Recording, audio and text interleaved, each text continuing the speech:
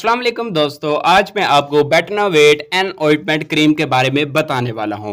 इसके यूजेस क्या हैं और ये किन किन कामों में यूज़ हो सकती है। अगर हम इसके फार्मूले की बात करें, यानी कि ये कितने फार्मूलों के अंदर ये एक क्रीम डिवाइड है, तो ये दो फार्मूलों के अंदर क्रीम डिवाइड है। बेटामिथासोन, न्यूमाइसिन, ये दो फार्मूले हैं। अगर हम इनको ऐड करें तो बनती है बेटनोवेट एंड ऑइंटमेंट क्रीम आपके सामने।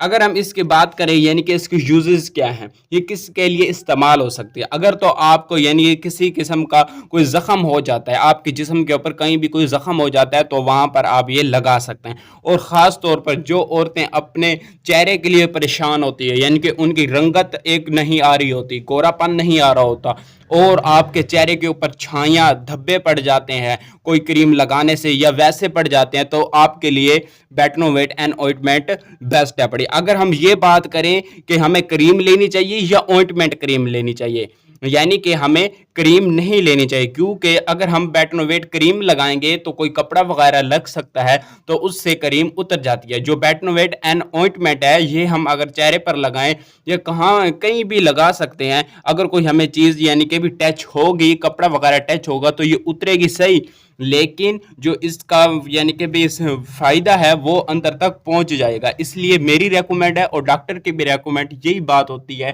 कि आप बेटनोवेट एंड ऑइंटमेंट लें। अगर आपके चेहरे के ऊपर यानी कि भी धब्बे पड़ गए हैं, तो उसके लिए भी आप इस्तेमाल कर सकते हैं। और अगर आपके जिस्म के ऊपर कट लग जाता है, यानी कि कोई शीशे का कट लग जाता है, तो उस पर भी आप ये बेटनोवेट एंड ऑइंटमेंट इस्तेमाल कर सकते हैं। अगर हम इसके टाइम की बात करें, यानी कि ये कितने वक्त में इस्तेमाल करनी चाहिए, कितने दिन में इस्तेमाल करनी चाहिए, तो मेरी रेकमेंड यही है कि आप 2 टाइम इस्तेमाल करें, यानी कि सुबह को और शाम को। उम्मीद है आज की वीडियो आपको पसंद आई होगी। अगर पसंद आई है तो हमारे यूट्यूब चैनल को सब्सक्राइब करें। मिलते हैं इंशाल्लाह न्यू नेक्स्ट वीडियो के अंदर। अल्लाह हाफिज़।